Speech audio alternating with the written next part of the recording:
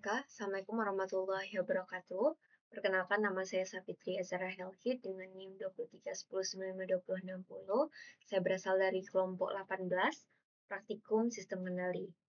Nah, pada kesempatan kali ini saya akan menjelaskan soal-soal responsi modul 2.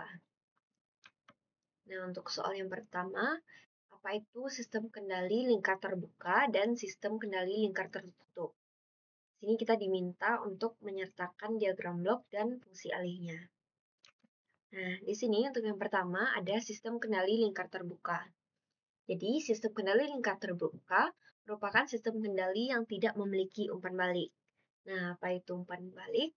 Umpan balik atau feedback merupakan proses pengembalian dari output ke input. Nah, di sini dapat kita lihat tidak ada proses pengembalian dari output ke input. Nah, sehingga didapatkan fungsi alih sistemnya CS per RS sama dengan GS, dan untuk keluaran sistemnya CS sama dengan RS dikali GS. Nah, sebaliknya, pada sistem kendali lingkar tertutup terjadi proses pengembalian umpan balik atau terjadi proses feedback. Nah, dapat kita lihat di sini pada bagian output terjadi pengembalian atau umpan balik menuju input. Nah, di sini selanjutnya kita tinggal membuat persamaan. Di sini CS sama dengan ES dikali GS. Itu untuk persamaan pertama. Lalu ada ES sama dengan RS dikurang PS untuk persamaan kedua. Dan PS sama dengan CS HS untuk persamaan 3. Nah, di sini kita tinggal mensubstitusikan persamaan 3 ke persamaan 2 sehingga menjadi ES sama dengan RS dikurang CS HS. Lalu didapatkan persamaan 4, kita substitusikan ke persamaan 1. Menjadi CS sama dengan buka kurung RS dikurang CS HS tutup kurung dikali dengan GS. Nah, langkah selanjutnya kita tinggal mengelompokkan dengan operasi matematika, yaitu untuk bagian CS di sebelah kiri dan RS di sebelah kanan. Nah, lalu kita tinggal membandingkan CS per RS-nya sama dengan GS per 1 ditambah GS HS. Nah, didapatkan fungsi alih sistem kendali lingkar tertutup. Nah, untuk keluaran sistemnya didapatkan rumus CS sama dengan GS per 1 tambah GS HS dikali dengan RS. Nah, selanjutnya untuk soal nomor 2, jelaskan bagian-bagian dari diagram blok kontrol suhu ruangan otomatis dan identifikasi apakah diagram blok tersebut merupakan sistem kendali lingkar terbuka atau lingkar tertutup. Nah, di sini dapat kita lihat, terdapat input yaitu suhu yang kita inginkan atau suhu target. Lalu di sini ada summing point yang berfungsi untuk membandingkan suhu yang diinginkan dengan suhu ruangan saat ini yang didapatkan dari sensor suhu. Nah, selisih keduanya disebut dengan error. Nah, kemudian error ini akan menjadi input dari pengatur kecepatan putar yang berfungsi untuk mengatur kecepatan kipas angin untuk menyesuaikan suhu. Nah, semakin besar error, maka semakin tinggi kecepatan kipas untuk menurunkan suhu ruangan. Lalu di sini ada kipas angin sebagai aktuator yang akan mengubah sinyal listrik menjadi mekanik yang bekerja untuk mengubah kondisi suhu ruangan sesuai perintah dari pengatur kecepatan putar.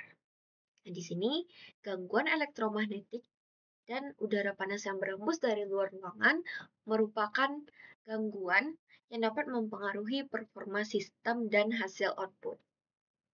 Nah, kemudian di sini ada umpan balik berupa sensor suhu yang berfungsi untuk mendeteksi suhu ruangan saat ini dan mengubahnya menjadi sinyal listrik yang akan dikirimkan kembali ke blok pembanding atau ke bagian input. Nah, lalu terakhir itu ada output yang merupakan suhu ruangan saat ini, merupakan hasil akhir dari sistem kontrol berupa suhu ruangan setelah dikendalikan oleh kipas. Nah, dapat disimpulkan Untuk diagram blok kontrol suhu ruangan otomatis merupakan sistem kendali lingkar tertutup karena adanya umpan balik. Kita lanjut ke soal nomor 3. Apa itu sistem kendali lingkar terbuka dan sistem kendali lingkar tertutup? Nah, untuk soal nomor 3 ini sama dengan soal nomor 1, sehingga kita dapat lanjut ke soal nomor 4. Jelaskanlah apa yang dimaksud dengan konstanta pengalih. Jadi, konstanta pengalih atau Kp adalah nilai yang digunakan untuk memperkuat sinyal sebelum masuk ke plan atau ke subsistem.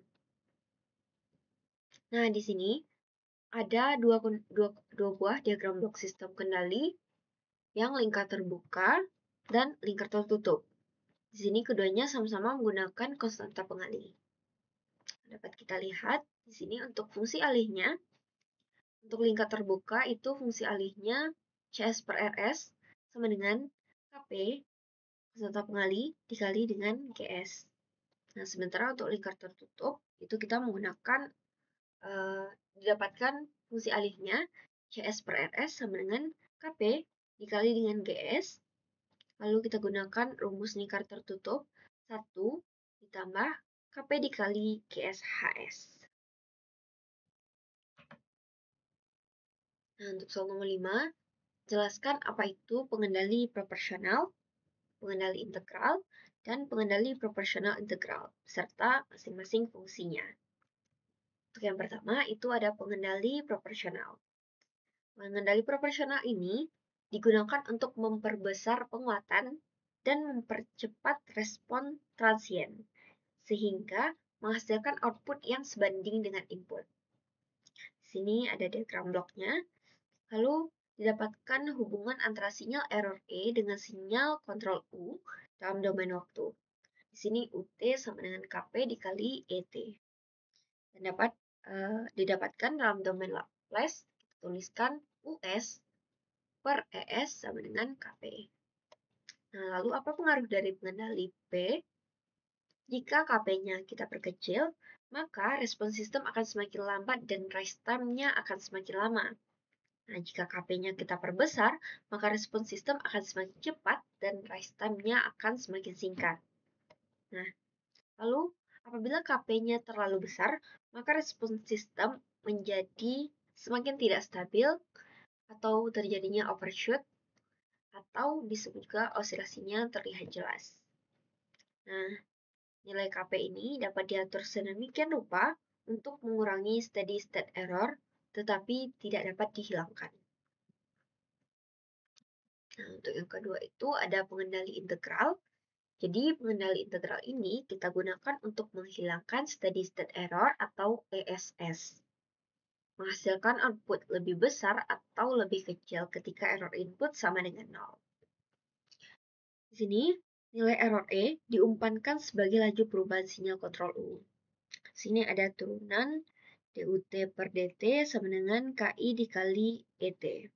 Kita integralkan kedua ruas sehingga menjadi UT sama dengan KI, integral dengan batas atas T dan batas bawah 0, ET dt, lalu didapatkan dalam domain Laplace US per ES sama dengan KI per S.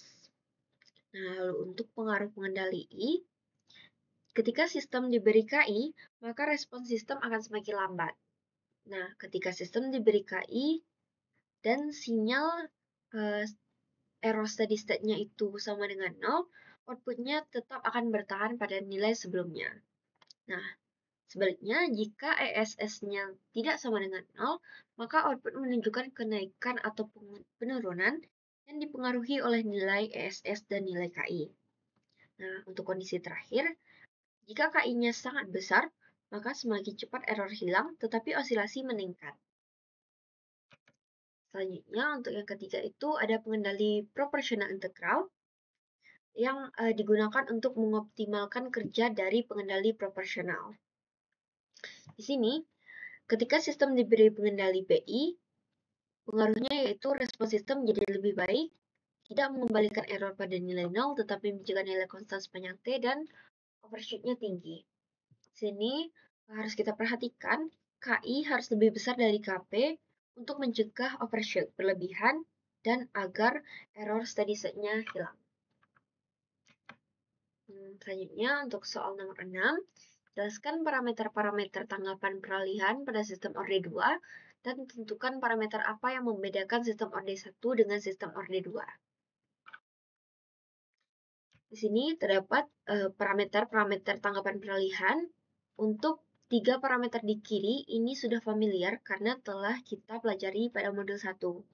Di sini ada time constant, yaitu waktu untuk mencapai 63,2% dari nilai akhir. Lalu yang kedua ada rise time, waktu untuk mencapai nilai 0 sampai 100 atau 0 sampai 90% dan 5% sampai 95% dari nilai akhir. Lalu yang ketiga itu ada setting time, waktu untuk mencapai 5% atau 2% atau 0,5% di sekitar nilai akhir. Nah, sementara untuk orde 2 ini terdapat delay time, yaitu waktu untuk mencapai 50% dari nilai akhir pertama kali. Lalu juga ada maksimum percent overshoot, yaitu nilai puncak maksimum dari respons sistem yang diukur dari nilai sistem saat kondisi steady state. Ini merupakan rumus dari MP. Lalu ada time peak, waktu yang dibutuhkan oleh respon untuk mencapai puncak pertama dari overshoot. Nah, selanjutnya untuk soal terakhir, sederhanakan diagram blok berikut dan tentukan fungsi alihnya. Di sini, kita dapat menggunakan rumus fungsi alih sistem kendali lingkar tertutup dengan konstanta pengalih. Karena di sini ada sebuah konstanta pengalih, Kp-nya itu sama dengan K. Lalu di sini kita menggunakan lingkar tertutup karena ada umpan balik. Nah, kita tinggal masukkan rumus ini, CS per RS sama dengan Kp dikali GS. Untuk nilai Kp dikali dengan GS, kita mengalihkan nilai K dengan 1 per S dalam kurung JS tambah B, sehingga didapatkan K per S dalam kurung JS tambah B. Kalau di sini 1 plus Kp dikali GS HS. Nah, di sini 1 plus, kita kalikan dulu nilai Kp dan GS-nya, dapatkan K per S dalam kurung JS tambah B dikali dengan 1. Nah, di sini untuk nilai HS-nya sama dengan 1. Nah, berikutnya kita tinggal menyamakan penyebut yang di bawah, yang 1 ini. Nah, sehingga didapatkan K per S dalam kurung JS tambah B per S dalam kurung JS tambah B tambah K per S dalam kurung JS tambah B. Nah, karena penyebutnya itu sama, kita tinggal coret, lalu dihasilkan K per S dalam kurung JS tambah B ditambah dengan K. Itulah nilai dari fungsi alih sistem diagram blok berikut ini. Nah, ini merupakan hasil penyederhanaan diagram bloknya. Nah, mungkin sekian saja video penjelasan dari saya. Akhir kata saya ucapkan Assalamualaikum warahmatullahi wabarakatuh.